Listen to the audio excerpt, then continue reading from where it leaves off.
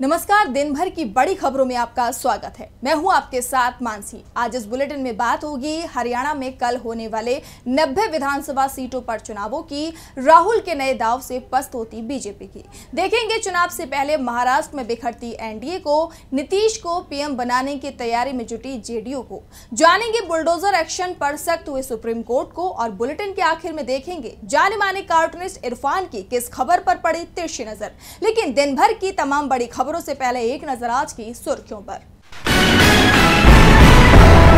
दिल्ली नगर निगम की standing committee चुनाव में एलजी की दखलंदाजी पर सुप्रीम कोर्ट नाराज। कहा, मेयर की मौजूदगी में एलजी को चुनाव कराने की जल्दी क्यों थी, नोटिस जारी कर मांगा जवाब।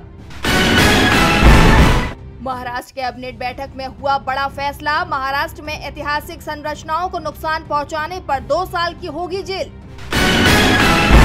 पाकिस्तान जाएंगे विदेश मंत्री एस जयशंकर। 9 साल बाद करेंगे पड़ोसी देश का दौरा। एससीओ मीटिंग में होंगे शामिल। और लाल निशान पर बंद हुआ शेयर बाजार। 703 अंकों की गिरावट के साथ 81,793 पर बंद हुआ सेंसेक्स। वहीं 200 अंकों की गिरावट के साथ 25,049 पर बंद हुआ निफ्टी। ये तो थी सुर्खियां। अब बात आज की सबसे बड़ी खबर की। हरियाणा की 90 विधानसभा सीटों पर कल मतदान होना है, जिसके लिए चुनाव आयोग ने अपनी तैयारी पूरी कर ली है। 3 अक्टूबर की शाम को चुनाव प्रचार थम गया। अब इंतजार है मतदान का। तो इस चुनाव में किन किन उम्मीदवारों की किस्मत लगी है दांव पर और चुनाव में किन सीट पर रहेगी सभी की नजर, आइए देखते हैं इस रिपोर्ट में। हरियाणा चुनाव को लेकर अब वोटिंग की तैयारियां पूरी हो चुकी हैं। 5 अक्टूबर को होने वाले मतदान के लिए हर स्तर पर व्यवस्था पूरी कर ली गई है। राज्य भर में पोलिंग पार्टियां मतदान केंद्रों पर पहुंचने लगी हैं, जिनमें मतदान अधिकारी, सहायक कर्मचारी और सुरक्षा बल शामिल हैं। राज्य में सभी 90 सीटों पर सुबह 7 बजे से शाम 6 बजे तक मतदान होगा। इसमें 2 करोड़ 3 लाख से अधिक मतदाता अपने मताधिकार का प्रयोग करेंगे। इनमें 1 करोड़ 7 लाख पुरुष, 95,77,000 महिलाएं और 467 ट्रांसजेंडर मतदाता हैं। इसी तरह 18 से 19 वर्ग आयु के 5,24,000 युवा और 1,49,000 दिव्यांग मतदाता अपने मताधिकार का प्रयोग करेंगे। कुल मतदाताओं में 2,31,093 की 85 वर्ष से अधिक और 8,821 की उम्र 100 साल से ज्यादा है। बता दें कि चुनाव आयोग ने राज्य में मतदान के लिए कुल 20,629 मतदान केंद्र बनाए हैं। इनमें से 2,700 से ज्यादा केंद्रों को संवेदनशील श्रेणी में रखा गया है और 300 से ज्यादा मतदान केंद्र अति संवेदनशील श्रेणी में हैं। इसमें बड़ी बात यह है कि गुरुग्राम में सर्वाधिक 252 केंद्र अति संवेदनशील हैं। इस तरह हिसार, सोनीपत और अंबाला में 200 से ज्यादा मतदान केंद्र संवेदनशील हैं।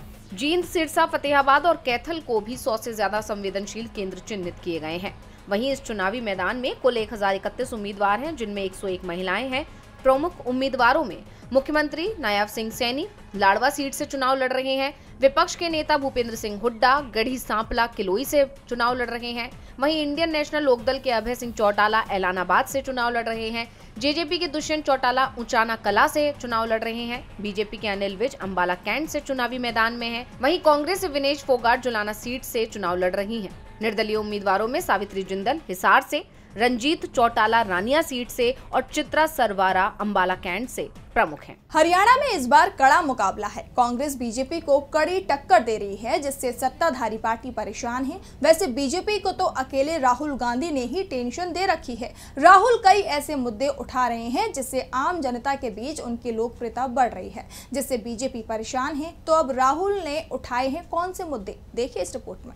हरियाणा की जलेबियों के बाद अब राहुल गांधी ने देश के अलग अलग राज्यों के खान पान और कई उत्पादों को ग्लोबल पहचान दिलाने को लेकर एक ट्वीट किया है। राहुल ने लिखा, हाल ही में मैंने गोहाना में स्वादिष्ट जलेबियों और उन्हें अधिक व्यापक रूप से बेचने के अवसर के बारे में बात की। भारत में ऐसे ही छोटे उत्पादकों के 5500 समूह हैं, जो सही समर्थन मिलने पर अपने उत्पादों को दुनिया भर में बेच सकते हैं। उन्हें वित्त, प्रौद्योगिकी, नेटवर्क, ब्रांडिंग और बेहतर संगठन प्रदान करने वाली नीतियों की आवश्यकता है।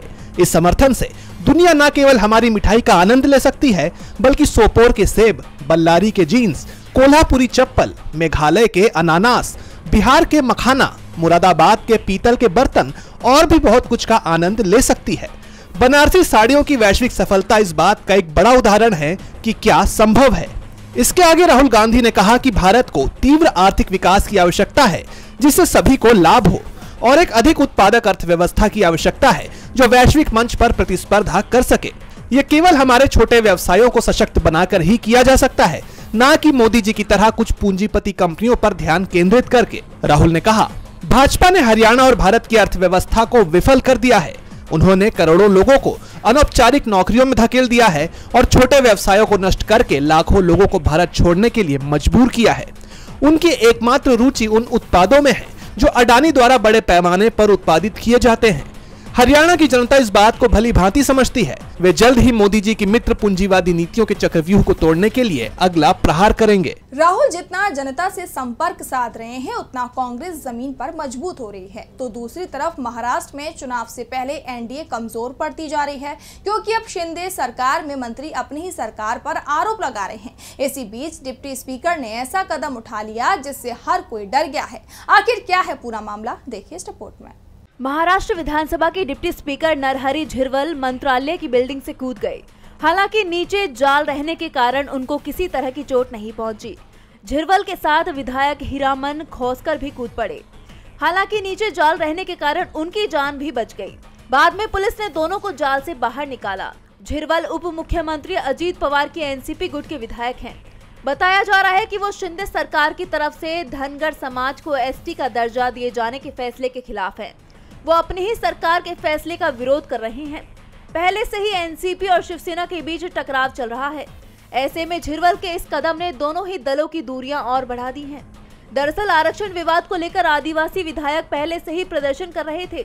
इस बीच उन्होंने सीएम एकनाथ शिंदे का घेराव भी किया।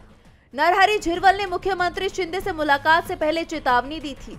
उन्होंने कहा था कि सीएम हमारी बात नहीं सुनेंगे तो हमारे पास प्लान बी तैयार है।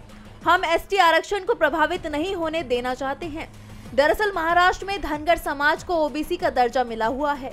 उन्हें घुमंतु जनजाति के तहत शिक्षा और नौकरियों में 3.5% आरक्षण मिलता है, जबकि देश के अन्य हिस्सों में धनगढ़, जिन्हें औराव, धनका और डोम के नाम से भी जाना जाता है, उन्हें अनुसूचित जनजाति यानी एसटी का दर्जा प्राप्त है।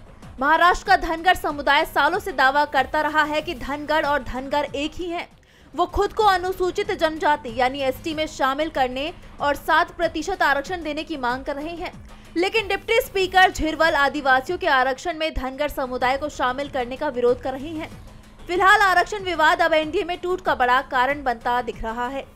डीबी लाइव की रिपोर्ट। चुनाव से पहले ही महाराष्ट्र में एनडीए बिखर रहा है। यही हाल कुछ बिहार में भी है। हालांकि बिहार में अभी चुनाव नहीं है, लेकिन एनडीए में टूट की खबरों ने अभी से जोर पकड़ लिया है, क्योंकि निशाना पीएम की कुर्सी पर है। जेडीयू की तरफ से अब नीतीश कुमार के लिए पीएम पद की मांग कर दी गई है, जिससे बीजेपी दंग रह गई है। तो किसने उठाई मांग, देखते हैं इस रिपोर्ट में। एनडीए में घमासान मचा हुआ है। जेडीयू की तरफ से अब नीतीश कुमार के लिए पीएम पद की मांग कर दी गई है, जिससे बीजेपी हैरान दिखाई दे रही है। दरअसल बिहार सरकार में मंत्री और जेडीयू विधायक जमा खान के एक बयान पर बिहार से लेकर दिल्ली तक की सियासत गर्मा गई है। हाल ही में एक इंटरव्यू में मंत्री जमा खान ने बिहार के सीएम नीतीश कुमार को पीएम मटेरियल कहा है। जमा खान का कहना है कि उन्हें पूरा विश्वास है कि अगले लोकसभा चुनाव में नीतीश कुमार ही प्रधानमंत्री बनेंगे और इस फैसले का विपक्ष भी समर्थन करेगा। जमा खान के इस बयान के बाद बीजेपी के अजय आलोक ने फौरन ही पलटवार करते हुए ये कह दिया कि फिलहाल इस पद के लिए कोई वैकेंसी नहीं है। बीजेपी और जेडीयू के इस घमासान में आरजेडी की भी अब एंट्री हो गई है। आरजेडी के राष्ट्रीय प्रवक्ता मृत्युंजय तिवारी ने कहा है कि इसके पीछे बीजेपी की नीतीश को सीएम पद से हटाने की साजिश है, और अगर बीजेपी बिहार में नीतीश सरकार को अस्थिर करने के लिए कोई भी कदम उठाती है तो जेडीयू केंद्र में बीजेपी से अपना समर्थन वापस ले सकती है। इससे साफ है कि भले ही केंद्र में बीजेपी और जेडीयू का गठबंधन हो, लेकिन बिहार में दोनों पार्टियों के बीच में सब कुछ ठीक नहीं चल रहा है। जेडीयू की चेतावनी से संकट पीएम मोदी की कुर्सी पर मंडराने लगा है। चेतावनी तो सुप्रीम कोर्ट ने भी दे दी है। बीजेपी शासित राज्य गुजरात की सरकार को कोर्ट ने आज गुजरात के सोमनाथ मंदिर के पास हुए बुलडोजर एक्शन पर सुप्रीम कोर्ट में सुनवाई हुई। इस दौरान कोर्ट ने राज्य सरकार पर सख्त टिप्पणी की। जहां एक तरफ बुलडोजर एक्शन पर राजनीति गरमाई हुई है, तो दूसरी तरफ इस मामले में लगातार सुप्रीम कोर्ट में सुनवाई चल रही है। इसी क्रम में शुक्रवार को गुजरात के सोमनाथ मंदिर के पास हुए बुलडोजर एक्शन पर सुप्रीम कोर्ट में सुनवाई हुई। इस दौरान कोर्ट ने सख्त टिप्पणी की। दरअसल मुस्लिम संगठन की ओर से दायर याचिका पर सुनवाई करते हुए सर्वोच्च अदालत ने कहा कि अगर ये पाया गया कि उसके आदेश की अवमानना करते हुए ढांचों को ध्वस्त किया गया है, तो उन्हें दोबारा बनाने का आदेश दिया जाएगा। बता दें कि जस्टिस BR गवई और केवी विश्वनाथन की बेंच ने एक याचिका पर सुनवाई की, जिसमें यह आरोप लगाया गया था कि अधिकारियों ने सुप्रीम कोर्ट के 17 सितंबर के आदेश का उल्लंघन करते हुए संपत्तियों को तोड़ा है और सुप्रीम कोर्ट ने उस दिन बिना इजाजत के संपत्तियों के ध्वस्तीकरण पर रोक लगाई थी, साथ ही किसी अपराध के आरोपियों की संपत्तियों को तोड़ने से भी रोका था। वहीं बेंच ने इस मामले की अगली सुनवाई 16 अक्टूबर के लिए स्थगित करते हुए कहा, हम नोटिस या कोई अंतरिम आदेश जारी नहीं कर रहे हैं, लेकिन हम स्पष्ट करते हैं कि अगर हम पाते हैं कि हमारे पिछले आदेश की अवमानना राज्य कर रहा है तो हम न केवल उन्हें जेल भेजेंगे बल्कि उनसे सब कुछ बहाल करने के लिए कहेंगे। हम यथास्थिति बनाए रखने का आदेश देंगे। बुलडोजर कार्रवाई का मुद्दा पूरे देश में गरमाया हुआ है, जिस पर सुप्रीम कोर्ट सख्त है और अब कार्रवाई को लेकर कोर्ट की गाइडलाइंस का इंतजार हो रहा है। सिर्फ बुलडोजर मामले में नहीं, सुप्रीम कोर्ट ने आंध्र प्रदेश में तिरुपति मामले पर भी सख्त वो नजर आ रहा है।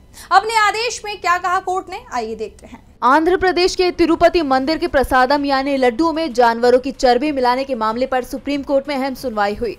इस दौरान कोर्ट ने बड़ा फैसला सुनाते हुए कहा कि मिलावटी घी मामले की जांच स्वतंत्र एसआईटी करेगी।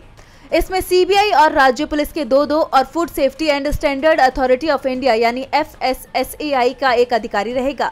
वहीं जांच की निगरानी सीबीआई डायरेक्टर करेंगे। सुप्रीम कोर्ट में जस्टिस BR गवई और जस्टिस KV विश्वनाथन की बेंच ने तिरुपति मंदिर के लड्डू में मिलावट मामले की सुनवाई की। कोर्ट ने कहा कि हम अदालत को राजनीतिक युद्ध क्षेत्र के रूप में इस्तेमाल नहीं होने देंगे। बेंच ने कई याचिकाओं पर आदेश पारित किया, जिनमें मामले की अदालत की निगरानी में जांच की मांग करने वाली याचिकाएं भी शामिल थी। पीठ ने कहा कि हम नहीं चाहते कि ये मामला राजनीतिक नाटक में बदले। वहीं सॉलिसिटर जनरल तुषार मेहता ने बेंच से कहा कि अगर आरोपों में जरा भी सच्चाई है तो ये बात अस्वीकार्य है।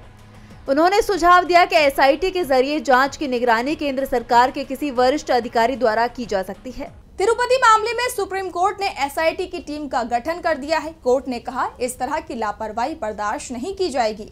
ऐसे ही चेतावनी ईरान की तरफ से इजराइल को दी गई है। आयतुल्ला अली खामेनेई ने कहा कि जरूरत पड़ी तो हम फिर से हमला करेंगे। और क्या कुछ बोले खामेनेई, देखिए इस रिपोर्ट में। हिजबुल्लाह चीफ हसन नसरल्लाह की जान जाने के 7 दिन बाद सुपुर्द खाक कर दिया गया है। एक न्यूज एजेंसी के मुताबिक नसरल्लाह को सीक्रेट जगह पर दफनाया गया। दरअसल ईरान को डर था कि इजराइल इस दौरान हमला कर सकता है। इसके बाद ईरान के सुप्रीम लीडर अली खामेनेई जुमे की नमाज में शामिल हुए और उन्होंने मौजूद हजारों की तादाद में लोगों के सामने भाषण दिया। खामेनेई ने दुनिया के मुसलमानों को दुश्मन के खिलाफ एकजुट होने की अपील की। खामेनेई ने कहा, दुनिया में एक भी ऐसी अदालत नहीं है जो फिलिस्तीनियों को अपनी जमीन की हिफाजत करने के लिए दोषी ठहरा सके। खामेनेई ने इजराइल का सामना करने के लिए अरब देशों से साथ आने की अपील की है। उन्होंने कहा कि इजराइल का खात्मा जरूरी है। हमने इजराइल पर जो हमला किया वो बहुत छोटी सजा थी। इसी के साथ ही खामेनेई ने चेतावनी दी है कि जरूरत पड़ी तो फिर हमला करेंगे। उन्होंने कहा कि इजराइल कभी भी हमास और हिजबुल्लाह को नहीं हरा पाएगा।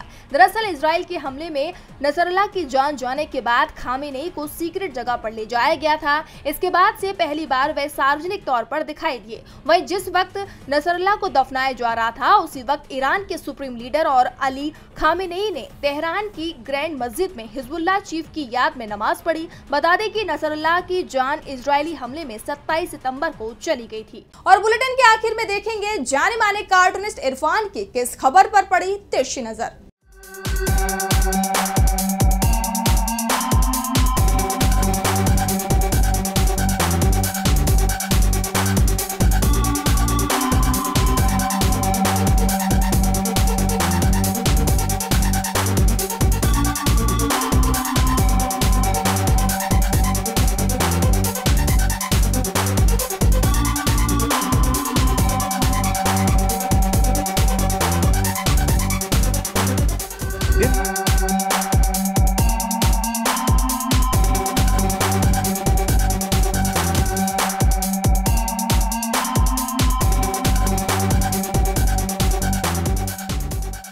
बीजेपी जिन प्रदेशों में सबसे बुरे हाल में है उनमें सबसे ऊपर है हरियाणा, जहां शायद वो औपचारिक तौर पर ही चुनाव लड़ रही है। नतीजा तो उसे पता है। खट्टर को मुख्यमंत्री की कुर्सी से हटाने का उसका प्रयोग सफल नहीं हुआ है। राम रहीम और आसाराम की पैरोल भी काम आएगी या नहीं, कहा नहीं जा सकता। फिलहाल जोर तोड़ से सरकार बनाने वाली पार्टी को अपनी जोड़ तोड़ की राजनीति पर भरोसा करना होगा।